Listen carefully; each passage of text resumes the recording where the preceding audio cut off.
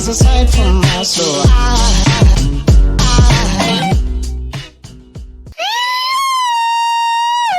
Welcome to the Inspired Evolution. It is what is it? You know it. It's a treat to be here today. We have with us Tracy Culp. Tracy, how are you, Sister Bear? I'm well, thank you, Amrit. How are you? I'm really good. For those tuning in to Tracy for the first time, she is the founder of The Urban Alchemist here in Melbourne. And we go way back. It feels way back, doesn't it, Tracy? Yeah, I think it's been some years now, Amrit. It's been quite a while. Yeah. And just for those tuning in, just so you know, Tracy is actually one of my wife's favorite people alive. So it's a real treasure and a real pleasure to have you here, Tracy. Welcome. So I wanted to tune in. There was a point where you reached out and said, hey, Amrit, let's do a podcast episode. I'm raring to go and I want to have this conversation. I'm at a point in my journey where sharing what's present for me would be really helpful for my process. And I was like, dude, this sounds really epic. For those that are tuning in, Tracy, I'm just going to start calling you Trixie because that's what I know you as. It's just going to be way easier. Affectionately known as Trixie. But for those that walk into The Urban Alchemist and you start having these chats, you start to realize that Trix doesn't really do surface, right? Like it's always heaps of fun, but she dives all the way in super deep. And some of the conversations that I've had with you have had some of the most like impactful, like long-lasting impacts on my life as well. Coming in and literally she's there cracking my back, but we're talking about things that actually, internally leave. I was going to say a bit of a fissure sometimes, but yeah, they leave a lasting impact. And when you reached out and said, actually, there's something that I want to share, I was all ears, and I'm really excited to be here and part of this conversation because, yeah, I know how much just being able to share can also move and shift energy. I know how much you're aware of that as well. And just that you felt called, and I feel honored to have you here and on this episode to share yourself today. So what was the impetus for bringing you that brought you to that point and reaching out to say, hey, I want to share something? So I've been doing a lot of work over the last few years on me and on looking at parts of my life that have been very challenging for me and really facing up to some of the harder things and the things that have been really stuck in my body and in my heart, I guess, things that have been very difficult to look at. And I feel like I'm kind of out the other side of that fairly well by now. But, in my practice in The Urban Alchemist and with the clients that we have, I noticed that there's a similarity in a lot of people where we're afraid to look at certain aspects of our lives that feel too hard to look at. And, I kind of wanted to share some of what I've learned because I feel like the sharing and the exploring this stuff out loud with other people can be of benefit for me as well as for the other people. I love the grace that you have in that as well, just knowing that, as we make ourselves vulnerable, we give other people permission to shift and heal the things that are stuck for them. And that's one of the things that I think is potentially one of the most endearing things about you is that you're not afraid to say what's on your heart and what's on your mind. And we all find it super endearing. It's it's fun. It's really fun. So, we were talking, and this today is, I feel like what we're talking about is not as, I'm sure there's going to be plenty of humor in this episode, but I think when we touched base, it was like, Amrit, I've been on a massive journey with motherhood. And it's fascinating to me to just be present to, you as a mother, because you're just so full of life that I forget that you're a mother at times as well. And I just, those things aren't mutually exclusive. See, that's Trixie just reminding me. Totally agreed. Thank you for that wonderful reminder. But yeah, there is that perception, right, that people have. It's like when you're a mother, it's like now you're like got a different, a weird kind of kilter with responsibility. You're not allowed to have joy and this sort of stuff. And maybe that's just me stereotyping it. So pardon me for that, and thank you for calling it out. How has your journey as a mother been? Where did you want to start us off at? Yeah. It's been a roller coaster being a mum for me. I guess maybe we start at the beginning.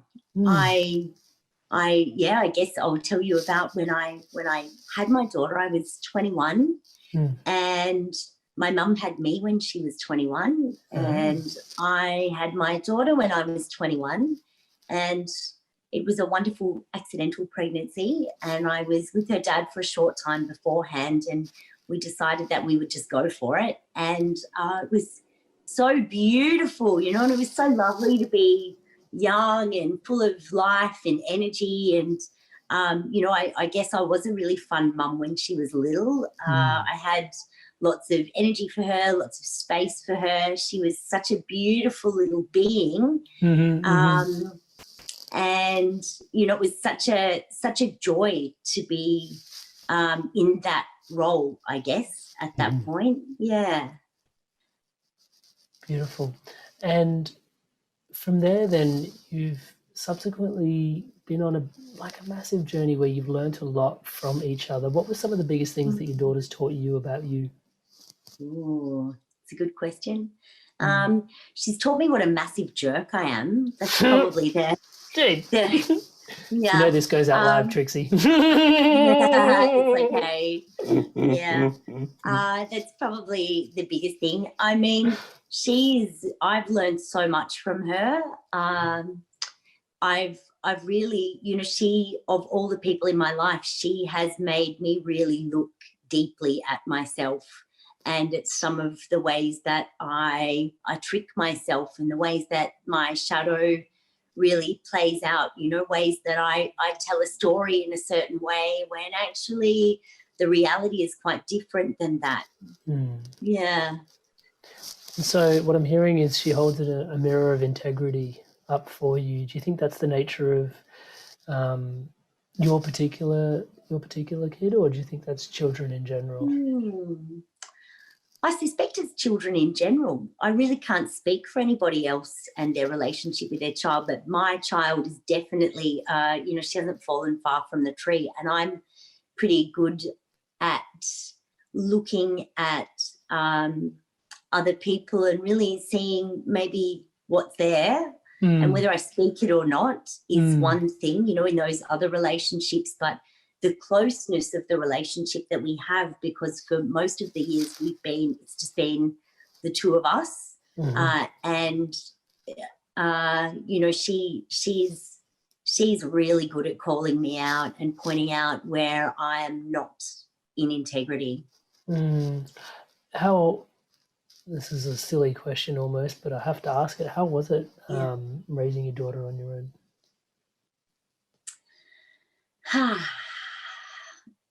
Some ways good, some ways bad.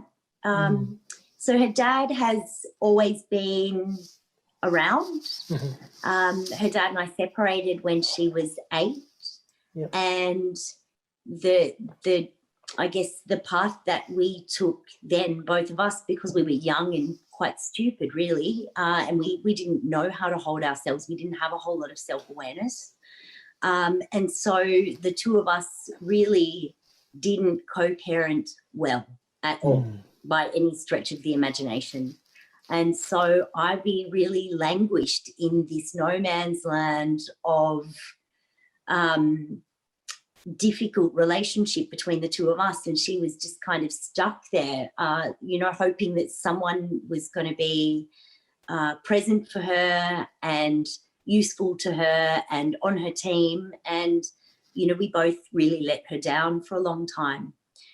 So for me, she was pretty much with me for most of the years since that. And there's been loads of things in my life that I haven't handled well for all the same reasons, just not having self-awareness, not being present to myself, and therefore not being able to be present to her. And the way that that's played out has been that there's been for many years a massive rift in our relationship and the way that we're related to one another. When did you first become aware that that was happening? Like, you know, because at some point, I like, you know, when you, I'm kind of thinking, sorry, let me just give you that a bit of context. Sometimes, you know, like I think about the frog metaphor, like, you know, if the temperature's rising and the frog's in the pot and it's rising, the frog doesn't notice that it's boiling and then literally you end up boiling the frog. But if you put the frog into the boiling hot water, it can feel, because it's coming out of neutral, like ambient temperature into hot temperature, it just jumps out. Which I always find, you know, like really interesting. And I think relationships is one of those places where, you know, you're in them and you're in this sea of the relationship and you're charting these waters together that oftentimes you don't really notice when things happen. What was the impetus for you to realize actually things aren't working and there's a bit of a rift growing? Like, you know, was it too little too late, or was it something that, you know, can you tell us a little bit about that? Yeah, I think probably it was too little too late, was really the way that it happened. She was really struggling with all of that early in the picture, probably between about 8 and 13 or 14.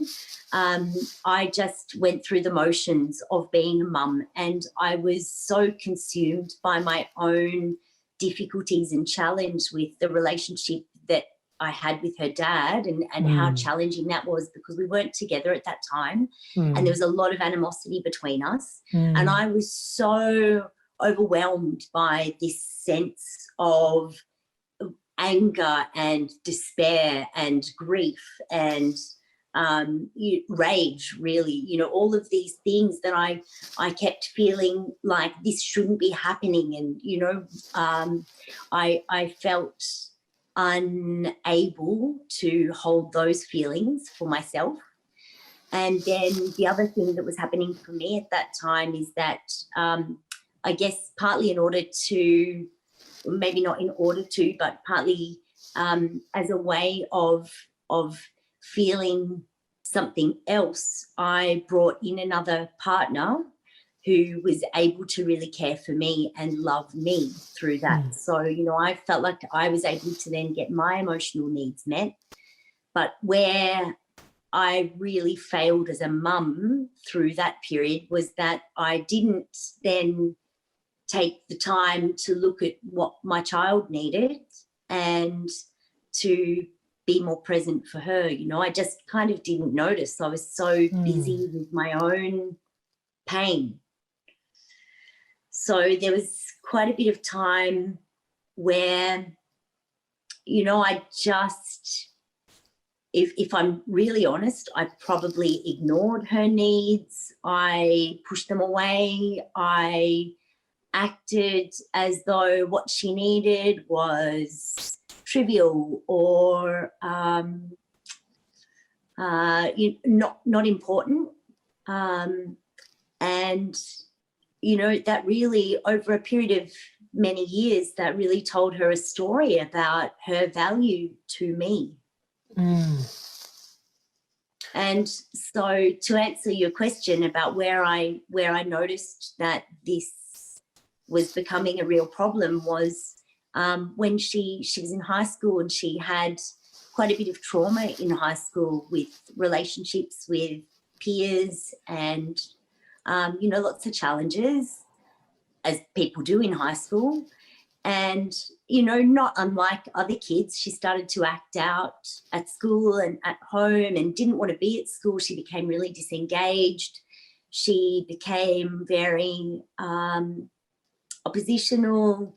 There were a lot of challenges between us. And I remember a period there where, you know, we would fight, and we would just fight, and it would never end. And there was screaming and shouting and throwing things and all kinds of stuff. And, you know, she would sometimes, you know, it would be 11 o'clock at night and she would be 14 maybe, and pick up a bag and just leave the house and be gone. And, you know, as a mum, I guess that was the point where I would kind of freak out and, you know, say, what do I do now? How do I fix this? And how do you fix those situations? That's the eternal question, isn't it? As a parent, how do you fix it? Yeah, so I sat in that for a long time, and there was lots of back and forth, lots of visiting psychologists, me visiting psychologists, sending her off to psychologists, talking to everybody I could possibly talk to try to get a sense of what was going on. And I mean, you know, the more people you ask, the more opinions you get. And yeah, there was no clarity for me at that time. And then what helps you come out to the other side with clarity? Because even as you're sharing, and even for those tuning in, I'm sure that they're aware that what you're sharing, you're not sharing lightly, and it's quite profound that you're able to share so openly what you're sharing. So it feels like there's been tools that have supported you resolve a lot of this stuff. I don't feel like I'm demeaning it by just calling it stuff, so pardon me for that, if that's the energy of what it came out as. Sorry. Yeah, but you know what I mean? Like, yeah. What were some of the tools, or like, you know, how do you find yourself where you are now able to talk about it without the energetic charges around it? So I guess, you know, throughout that period, it felt insurmountable. It felt impossible. And, you know, I see clients now really often in the throes of this kind of turmoil and difficulty in their own families with kids and other people in their lives. And, you know, my heart really goes out to people when I hear that, because I know what it feels like to feel like this situation is impossible. There's just nothing that I can do that's going to repair this, you know. I mean, yeah, I guess like for me to gloss over it and call it stuff as well feels a bit dishonouring of if I'm really honest, what I put her through. And so probably the one thing that I could say is that I reached a point in my life where I felt it was necessary to really have a good look inside of me, because for all of this time, you know, for all of the time where things were difficult between us, it was so easy for me to blame her or blame her dad or blame society, blame the kids at school, blame the teachers, blame everybody else for all of the difficulties that we were having. And I think at no point during that period... So natural to do, though. It's what we all do. Yeah. Go on. Sorry, I interrupted you. No, it's fine. It's hard to look inside ourselves, huh? And you know, there came a point in my life where I really had to sit and face some of what I have done and how I am responsible for this difficulty that's happened. And that has been the defining moment. It's been a protracted moment, but, you know, the defining shift for Ivy and I has been, in me actually being able to really look at myself, being willing to look at myself and own my part. What have you had to own, Trix? Oof. Big question, Amrit. Love you. Thank you. Well, you know, and this is what I want to share, I guess, because this is really the guts of it. You know, it's so easy to call it stuff. So I touched on it before, but in my own pain, in the breaking up of our family and in the end of my relationship, I was so unhappy there, and I acted out, and I made it all about me. And, you know, I guess what that did to her was to tell her that whatever was going on for her wasn't important. What's happening for mum is the only thing that matters. And, mum's all about mum. So there was no space for her to have a problem or a difficulty or a challenge, And, there were plenty of times, like for all kids and teenagers, where she would come to me and say, I need you. And I just wasn't there. Physically I was there, but emotionally I wasn't there. I wasn't available. I went through the motions of putting the food on the table, paying for the things that needed to be paid for at school. Sometimes I barely managed that. And, for her, it felt like a real dismissal of herself as a human.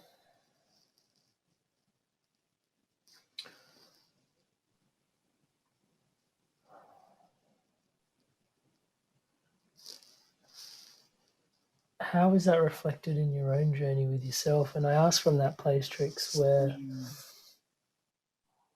I've started to come to realize about certain things myself at the moment. Say if like you and I are talking right now, yeah, and you get up and leave and you go tend to something. And in my mind, it's like, oh, okay, all right. She probably had something important to do, and off she went, and she started tending to that more important thing. And I rationalize it. I'm really good, as you know, I'm a coach, we work together, and like I'm really good at coaching myself as well, so I can sit there and just go, actually, all good, like, something important must have happened, and it's just a quick dialogue with the rational self, and it goes, yep, she'll be back, and then we can pick up the conversation when we left off. But when I check in with my emotional body, or like my inner self, this kind of inner child, if you will, when I check in with that little version of me, I check in and I'm like, how did that feel? Because that's where that's the person I ended up having to talk to, because the reason I was convincing myself that it's all good is because some part of me didn't feel okay. So then I check in with that part and it's like, oh, you feel like that's not important. You're not important. And something must have been more important. And you're like, so you feel like shit. And it's like, yeah, actually, I don't feel so good. And it's like, oh. And then my inclination still remains to be like, actually, you know what? It's okay. Like she's got something, she was busy and something. But again, when I say she was busy, she had something more important to do. What I've communicated down to my inner child is basically just, oh, you're not that important. What she's tending to is more important than you. And not saying that you've ever done this to me, is an example. And so I started to realize that as I'm having these moments day to day, where I'm just convincing myself and rationalizing my situation, I'm dishonoring kind of how I feel internally. And this inner child in me that actually just, it doesn't like, and the truth is, all it needs from me is just go, oh, she left, that sucks. Yeah, it does. You feel like it sucks, huh? Yeah, it does. Okay. And just to sit with it and just not say anything about it, just to sit there and be present to it and just be like, okay. And then eventually it'll shift anyway, because it's like, oh, well, at least you've got my back. And it'll just move. But one of the things that I've started to realize, and this is by no means a blame game, because as we said before, it doesn't serve us at all in any way.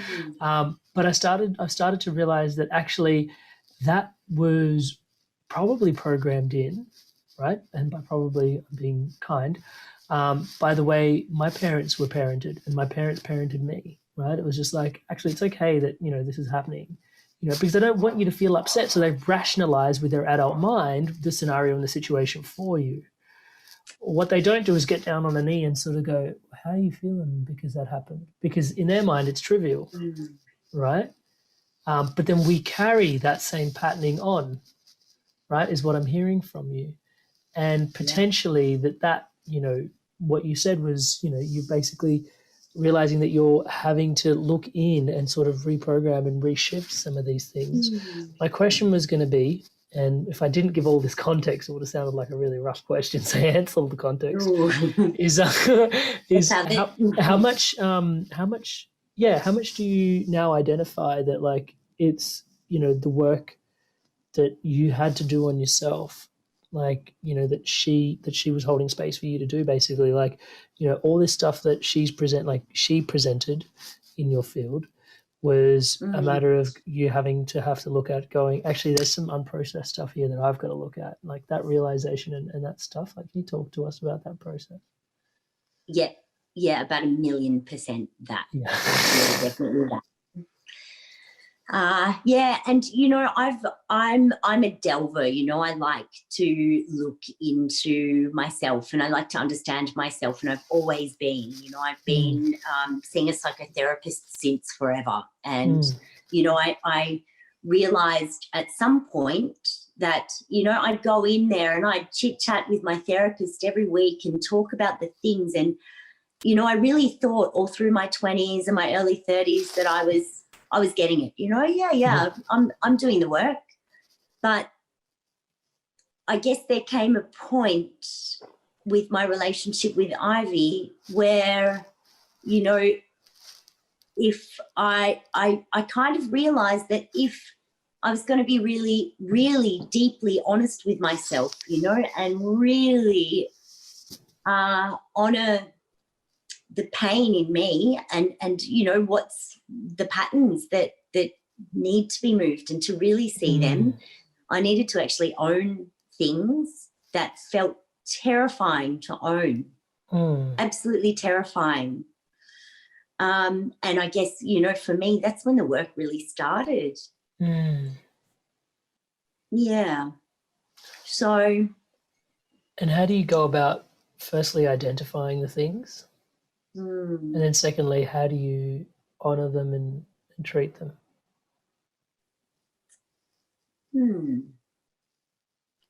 Well, okay, yeah, this is really interesting. So I guess what I should say is I had a lot of anxiety when I was in my 20s, and probably a bit of depression as well, and I would self-harm in some interesting and creative ways. And I spent all this time in therapy, but I'd look at all of that, and always my story was somehow that those things were someone else's fault. So I'd go into therapy and I'd talk about those things, and I'd constantly just tell this story to my therapist and over to myself and to other people who I was speaking with, as if the way that I was behaving and the way that I was handling my emotions and managing my life was somehow the product of outside circumstances that I couldn't control. And this was the story that I had going on for years, and I was doing the work. I was doing my best to do the work, There was no part of me that was that's not true. I was going to say there's no part of me that was trying to avoid it, but of course there was a part of me that was trying to avoid it, or I would have got there earlier. Dang it. Yeah. But I would say I come from a family where, on both my mum and dad's side, where having any kind of emotional catharsis, any sort of, actually in a way, any sort of emotion that isn't just being happy and acting like everything's all good was not welcome, just not welcome. And, when I look at my parents, they're in their 60s now, and it's very interesting because my brother has recently had a big trauma in his life also, and I believe now, from watching my brother and I process some of this stuff more honestly and really feel our pain and sit with it and be in it, and not try to just blame someone else for it and push it away as if, that's not the issue. The issue is someone else did this thing to me, as we've been able to actually gather ourselves, both of us, and really sit in that. I'm noticing my parents starting to feel more comfortable to sit with what's in them. And that's the thing I'd never seen modeled to me as a kid. And, you know, I know they hadn't seen it modeled to them as kids either. It was definitely not something that was welcome in their families. Wow. Thank you so much for sharing that. Mm. Trix, what's your vision for like intergenerational healing? Like, I know that's a big word, but I know, you know, for those that know Trix, you know, she's meditated on this. So what's your vision for intergenerational healing? Yeah. So I believe that that healing between generations can happen in either direction. And I really know from my own experience, I mean, I really feel it in me, that the more I'm prepared to own what's here for me right now and look at the ways that I've dishonoured my mum and the ways that I've dishonoured my daughter, I feel like all I can do is work with me, you know, and the more work that I do to face that, the more the women and the family members on either side of that are able to benefit from the work that I'm doing. So, you know, it's all, you know, in my past, in my earlier times, I used to, you know, call my mum. I would call my mum regularly and, you know, complain to her and yell at her and be angry with her about, you know, why aren't you more this or that or present, or why didn't you love me better, or why didn't you care for me in a different way? And I had all of these complaints for my mum. And, you know, now what I realise is the best way that I can heal that pain that I have, you know, that I felt then like I'd received as a wound from my mum, is to heal me and to work on me and to be with, to actually, as you say, you know, talk to my inner child and talk to the part of me that feels dismissed or like I've been a burden or like I've not been loved in the way that might have felt meaningful to me, you know. And if I can learn to face that part of myself and bring her out into the light and give her a little snuggle, you know, then I'm able to hold so much more. And when my mum sees me do that, I think it makes it safe for her because she doesn't feel to blame and she doesn't feel like I'm, I wouldn't say she doesn't feel to blame. Maybe I imagine that it makes it a safer place for her to look at her stuff, you know, which wasn't, I guess, a thing that people in her generation really had as a thing that was held in much esteem, you know. So I feel like by doing my work, I make it safer for my mum to do her work. And by doing my work, I'm showing my daughter that I'm showing up for her. And I can only imagine that by the time, if she is crazy enough to have children, that, you know, by modeling to her, like, hey, you know what, things can be really bad and you can do a really bad job at a relationship. And at some point, you can decide to show up and you can just do that any moment you're ready. You can show up for that. And I feel like if I'm able to model that for her, then I'm really offering her this gift that she can then pass on to her children. And I hope that, you know, that will be passed all the way down through my line of future ancestors. Yeah.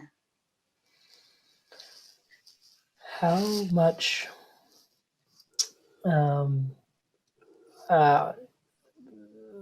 I just got to ask you this question. Like this question, I already have. I know you, so. But anyway, I just got to go there with it.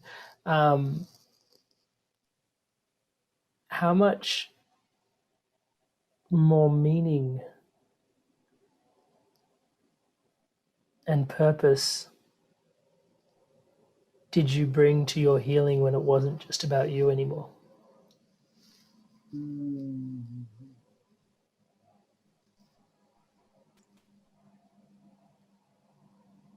That's a really lovely question. It took me a long time to get to that. And wow, like, yeah, it's been exponential. Like incredibly so, you know, and for me to see, I see it on every level, you know, when my daughter sees me shift. Every single time she sees me shift, she shifts. And when I see it, it just brings me so much joy and gratitude for what is possible. And, you know, it really inspires me to keep going, and it inspires me to dig deeper, you know, and that's been the process that I've been on with her, I guess, you know, if I really can speak about what that's looked like. You know, at first I started to face, maybe it isn't her, you know, maybe she's not this difficult person that's just always wants to say no and yell in my face, you know, maybe some of the things that I've done and the ways that I've behaved have actually really hurt her. And that, you know, at the start, it was so hard to look at. And so, you know, I was still so consumed with my own pain. Still, you know, I still, in that place, I could face at the start a little bit of, you know, maybe I should try and not yell so much. Maybe I should stop throwing things, you know, maybe,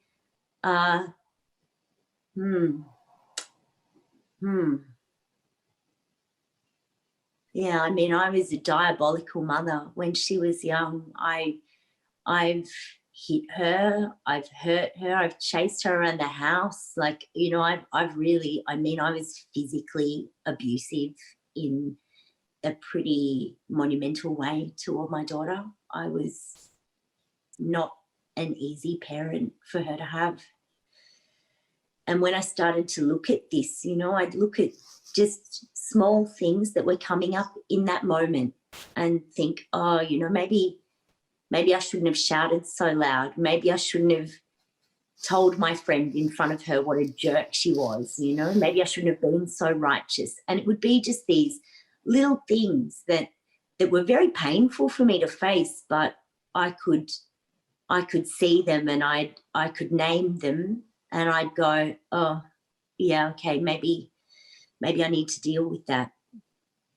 And then the more I looked at it, you know, and the more I was able to sit with it, and it started just with little things, and I would consider it more, and I would take it to my therapist, and I would work hard to own these small things. And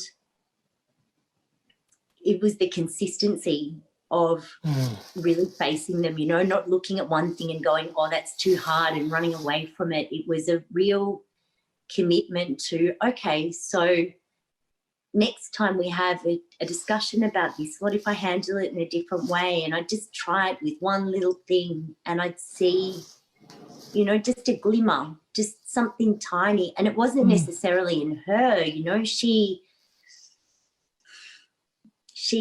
for a very long time would still respond to me with real anger and defensiveness, because, you know, what I had brought to her for so long was so painful. Of course, she was expecting me to turn back on her like a snake and bite her. And that must be challenging as well, right? Because then the inclination is like you're creating the shift within you, but then the other person already knows you a certain way, and then almost you're trying to shift, but then the other person almost responds to you like you're still that same old person, and yet you've got to stay, you've got to have the fortitude and the temperance to continue on your shift despite not being acknowledged for your shift, not even seen for your shift, and then also keep shifting and not just go, oh, it's not even worth it because I'm going to be this person.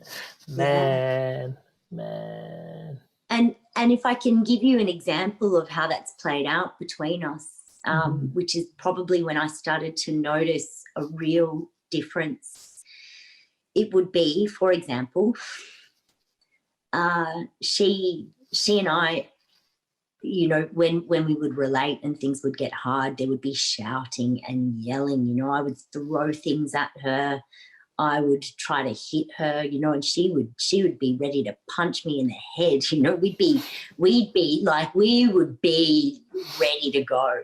You know, it was like almost like a sister relationship. But, you know, I was the mum and I didn't take responsibility for that role. And so there came a point where I recognised this cannot go on. I cannot behave like this anymore, that, you know, I'm not honouring her and I'm not honouring myself. And, you know, if I don't move this, we can't go anywhere from here. And so we were living in a house together. We've had a few periods of living together, living apart, living together, living apart. And we've been living in a house together, and over a quite short period, I started really recognising, okay, I have to change something. And she, of course, because I would emotionally leave her throughout her life, so she had a real issue with abandonment. And I knew that, and I know what that feels like because I have this wound myself. And we would fight. And some of the things, you know, and she, of course, she's my child and I'm her mum and we've spent so much time together, so we know how to hurt each other, you know. And when somebody's screaming at you or, you know, in the case of maybe I'm just not letting her have something that she wants, she knows exactly where to push.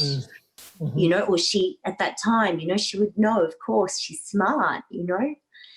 And so she would not see for a long time that I was trying so hard to move to be a different kind of mum for her. She couldn't see it. And so I would move to try to have a conversation in a different way.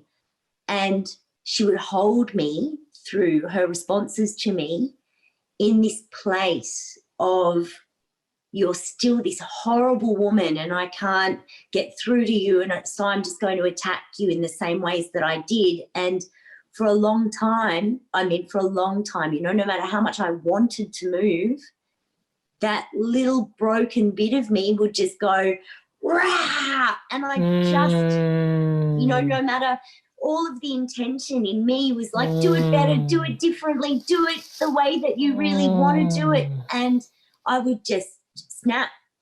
And so I'd go straight back into what I was doing before, and then she'd look at me and go, see? Told you. You're the same. And, you know, for me, far out, it was like every time it happened, it would just crush me because I'd think, you know, you're doing it, you're getting there. Like I could see it and I could feel it and I knew what was needed. And I want to be careful about saying this because I don't want to dishonour her process, you know, but she was so hurt. She couldn't let me change for a long time. She needed to see me in that light to be able to live with herself, because it was either, I really believe it was either she could start to look at me in a different way and see me as being a woman that was actually a reasonable person, but in the place where she was, if she did that, then what she did was she abandoned herself, you know. And as you say, she couldn't then look at the little child in her that was so broken and hold that part of her safe and go, my mum's a horrible bitch. You know, so it was these two options that she had, and she couldn't configure that in her mind in a way that allowed any resolution. So there was a long period where we were stuck in this this trap. And what shifted it, and this is the thing that I see with parents of teenagers, and this is the thing that many a counsellor has said to me, and I've said, it's too hard. But the thing that shifted it was that I started doing something different. So when we'd fight, knowing that she would feel abandoned and knowing that she would act out and knowing that potentially she would maybe self-harm, maybe she would, do something that was very damaging to her. There was always the possibility of something really terrifying happening because of a new choice that I was going to make. But the choice that I had to make was I either stayed in the situation and the same thing would keep playing out, that same pattern, or I made the decision to start saying to her, this is not okay anymore.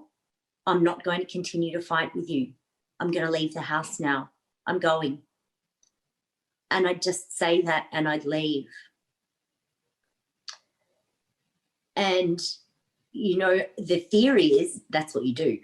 But when your heart is so involved, I was so attached triggered, to this person, and hooked, it's a trap, man. And I felt like I can't leave you because what if you do something that's so harming and damaging to you and I can't forgive myself, And I just laced up my boots one day and went, this is what I'm going to do. And I did it. And, 50 phone calls to my phone later or whatever it was, I don't know. And, I eventually calmed and gave her space to calm and came home. And it wasn't good, When I turned up back home, it was the same story again. She felt that I'd done something unforgivable by leaving. More abandoned, yeah. More abandoned. And then over time, over many months, that was my strategy. And I just kept doing it. And I just had to trust, the process. Yeah. And whatever is out there, to hold her and to keep her safe while I did what I needed to do as the adult, the slowly blossoming adult, at 40 something maybe. To that as I was doing this work and really what I was learning to do in that was learning to hold my emotions and learning to hold my pain and not to discharge that all over her, so that she had to hold not just what was for her but also what was mine. And so it became easier and easier. It did get easier, and she did start to realize that, okay, Mummy's not okay. Mummy's going to go and I am going to be okay. She was okay eventually, and now I guess we've kind of reached a point where we'll have a disagreement about something and, we still get angry and I'll go, and then I'll say, this is too much. I'm going, or I'm hanging up now. I'm not doing this now. We're not doing this. And I'll go. And the response from her now is so different. She now will go, fine. And, sometimes she'll hang up in my ear and go, I'm not continuing this. I'm just not, And so she's kind of getting what I've been modelling to her, which is it's too heated. It's too hard. I need space. And she goes and she'll go out, she'll go away and do something for a couple of hours. I won't hear from her anymore for a couple of hours. And then she'll come back to me and go, sorry, I was a jerk. Or she'll come back to me and say, you were really difficult before. Maybe she won't use those words. She's a bit cheekier than that, you know, but she'll come back and she'll actually have something really constructive to say, and the conversation will go from there. Wow. Boundaries. Wow. Thank you Boundaries. for sharing, Trix. Jesus, mate, the depth of your story. So I want to ask the question that I've been waiting to ask. Why now? How come we're having this conversation now after all this time? This is a journey you've been on for years. What's brought you to this place where you're willing and ready and poised and comfortable and prepared to share what's been going on? Why now? I think before it was too painful, before I felt I was so unsure for all of this time as I've been going through this process with Ivy. I've felt so uncertain as to whether the damage that I had inflicted upon her as a kid and as a teenager was able to be repaired. I didn't have faith then that I had what it takes to be able to repair it. And I was really concerned that we would have this relationship forever that was just defined by anger and rage, disappointment, rage. Yeah, yep. I really felt that I had abandoned her so many times that she may never forgive me. And I wasn't prepared to speak to it because I guess I kind of felt like, at any moment, it was so tenuous that I felt like at any moment this could all just fall apart and, I could screw it up again, or, she could find some other thing that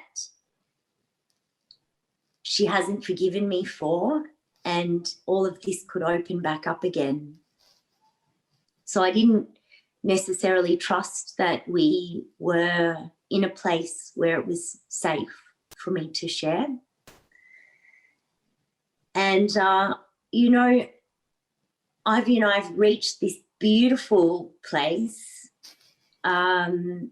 where there's a real understanding now. And she's 22, and when I was 22, and my mum is a beautiful, loving woman, but when I was 22, I used to call her all the time and call her out on everything, and I was always complaining and everything was her fault. And what I want to say about all of this trauma and difficulty and damage that's occurred between my daughter and I is that through this process, as hard as it's been, what exists now, and I feel a real solidity in this feeling, it doesn't feel like it's fleeting. There's this understanding between the two of us, and it's not just from mum down to child where I can look at her and go, gee, I see these parts of you that are traumatized and that are very fragile, and, though I do see them and I try my best to hold them. But through this process for the two of us, from her to me, there's this love that, I don't know if I've ever felt it from another being. She sees it, and it feels gratuitous for me as a mum to be sitting here going, she sees me. She sees my brokenness and she sees my flaws and she sees the hot mess that I am. I was probably more than am, and she she knows it deeply in her body what a mess I have been and how I've projected that out onto everybody around me, especially her. And I know that the work I've done has been, I felt called to do it. You know, I got to a point where there was no other choice. I couldn't live with myself anymore. I could not live with myself as a person who had inflicted this much damage on my child. I couldn't do it. And she sees that, she knows it. And I feel like that might not be embedded as deeply now as the painful stuff, but I feel that she forgives me in a really meaningful way because she's seen how deep I will dig for her and to heal this between us. And so what exists now is this, you know, we just embrace the mess that is and that has been. And, you know, I look around at my friends with kids and her friends and their parents, and, you know, I hear stories from clients and other people with kids a similar age. And I am so humbled by what exists between Ivy and I now. It's like, it is extraordinary, really, the shift that's happened. So it feels pretty safe to talk about. Thank you so much for sharing that, Sister Matt. So for those that are tuning in, I'm aware, and I know Trixie is as well, Tracy is as well, that what she's sharing is not light. And my question for you, Trix, is, you know, this is confronting, not just for yourself, for, you know, for us to tune into as well, and the courage that you're holding to be able to be so exposed and so vulnerable in your sharing. Like, even hats off sounds stupid to say, but do you know what I mean? Like, it's, yeah, the courage that you're holding in there. Why are you sharing? What's your hope? Because we're all a mess. We're all a little bit broken, or a lot. And I think it's so easy to turn away from the mistakes that we've made and the pain that we've caused other people.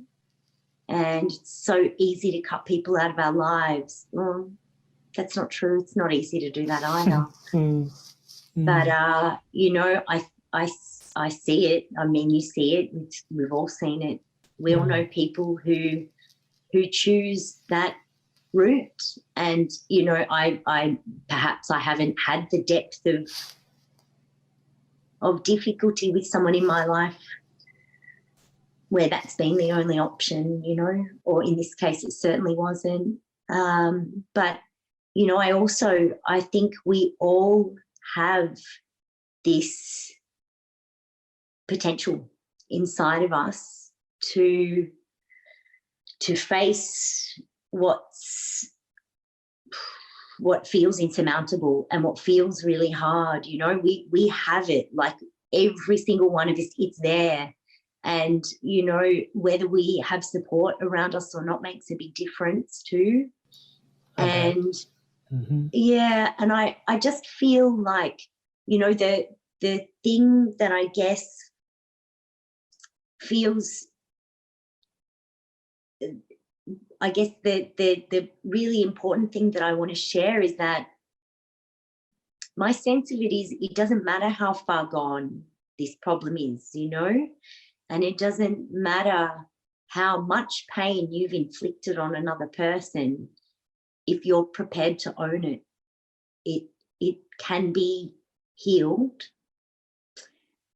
And I mean, that may not look like the other person wants something to do with you. You know, for quite a long time, as I said, Ivy she pushed away all of my efforts to repair this, and she was not up for it. She just, it was hard for her, and it was hard for me to honor that part of her that was not prepared to forgive me for a long time.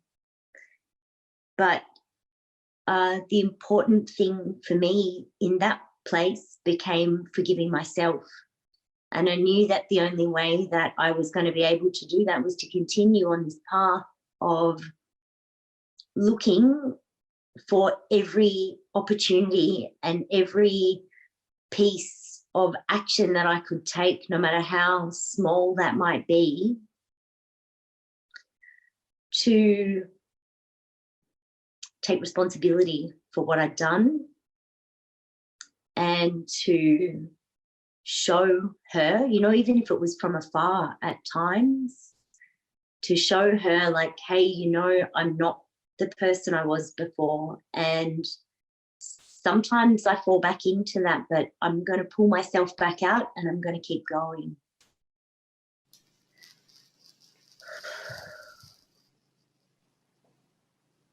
Thank you so much for sharing, Sister Bam. Thank you. Thank you. I don't even have the words, really. I've got one last question, it's a 3-part question. So do I have one question or 3? I'm not really sure. Let's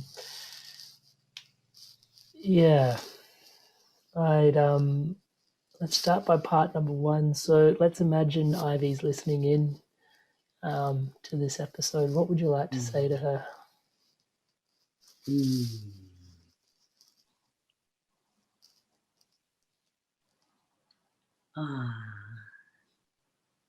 Ivy, you are just the brightest little spark of joy that exists in my life, and I'm so glad you're here. And I would want her to know that I'm so grateful that she's found a space to forgive me for all the pain that I've caused her. And my hope for her is that she is able to carry the torch of what she and I have created through our relationship and just shine it on everybody that she comes in contact with, because she is just such a beautiful beacon of a human. Yeah. Thank you so much. Part 2 to the question, similar sort of energy. If your mother's listening into this episode, what would you say to her?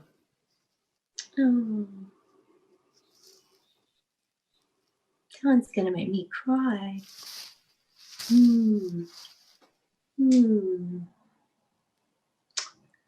Wow, yeah. I would tell her that I'm sorry for all the times that I blamed her, for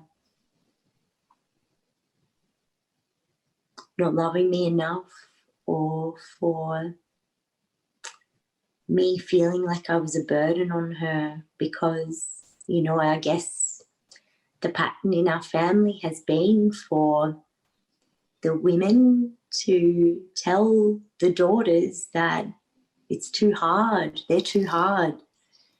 And it's been a really painful thing to carry, to feel like I was too big a burden for my mum. But having now been the mum and feeling exactly that, like this burden, it's too hard, I can't carry this, I don't have space for this amongst my own pain. I guess I would tell my mum that I forgive her for any feelings that I've had, that I've been too hard for her or been too much for her to carry, and I see her struggle, and I see what she was given to do the job. And, I really honour that she has done the best job that she's been able to do. And look what she made, Amrit. I mean, thanks, Mum. I love you. You did a good job. We did a good job.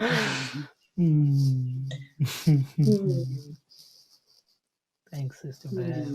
And the last part of the 3-part question, and by no means the least, is if your inner child was listening in to this episode, what would you be saying to your inner child?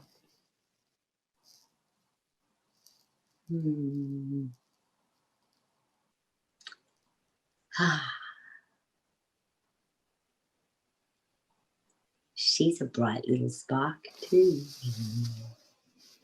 I'd tell her that she's magic. And that she's doing a good job. Like she should just keep going. And that I've got her back. Yeah.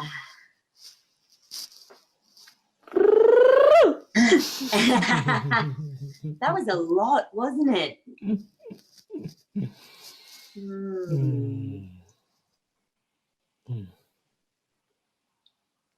Truly was and truly is. Trixie, for those tuning in, Tracy Kopp. Sister Bear, thank you so. I don't have the words. The depth of which you show up, not just in this episode, but all the time, you know, and the vulnerability, the strength that you embody, the courage, you know, the willing to confront yourself and, you know, be comfortable in even the space you hold out, you know, and we're a very tight community that we're a part of, you and I, and being willing to call like us out when we're not in our integrity as well. You know, you're a total warrior, and it's such an honor to have had you here and to have a platform for somewhere for you to be able to share something so deeply and so potently. Like, Inspired Evolution is blessed for having you here. Thank you so much for your time and energy here today. Thank you, Amrit. But also, this conversation is informed by so much work that you've put into yourself, your loved ones, your own heart, your own being, and I just want to take a moment to honor and acknowledge that. Thank you so much for all that informs this conversation we got to have here today. And yeah, on behalf of myself and the Inspired Evolution tribe, our tribe, I just want to thank you and wish you all the best always. As you know, I'm always in your corner. No, you are. Thank you. Thanks for having me. I've always got your back, Sister Bear. Love you so much, eh? For those that are tuning in, thank you so much for tuning in. Always, always, always a pleasure to be in this space with you guys. Links to find out more about Tracy. She has a YouTube channel that's budding. We'll put the links to that in there. If you want to go meet her in person, Urban Alchemist, an amazing place here in Melbourne. I know some of you are tuning in from all over the world, but if you are local to Melbourne, the Urban Alchemist is an incredible space. You can go get massages, you can go get your back cracked, there's beautiful chiro work, and actually, most people that walk past don't even walk past wanting massages or things like that. They just want to buy flowers because the place looks like a florist. It's such a little urban nook. It's a real getaway. It's an urban oasis. And it is just an extension of this beautiful sister's heart. Thank you so much for everything you do, Trace. Thank you. Hey guys, if you enjoyed this video, give it a like, leave us a comment, and if you want to stay in tune for new episodes launching every Monday, hit subscribe, and I'll see you in the next video. Stay inspired to evolve.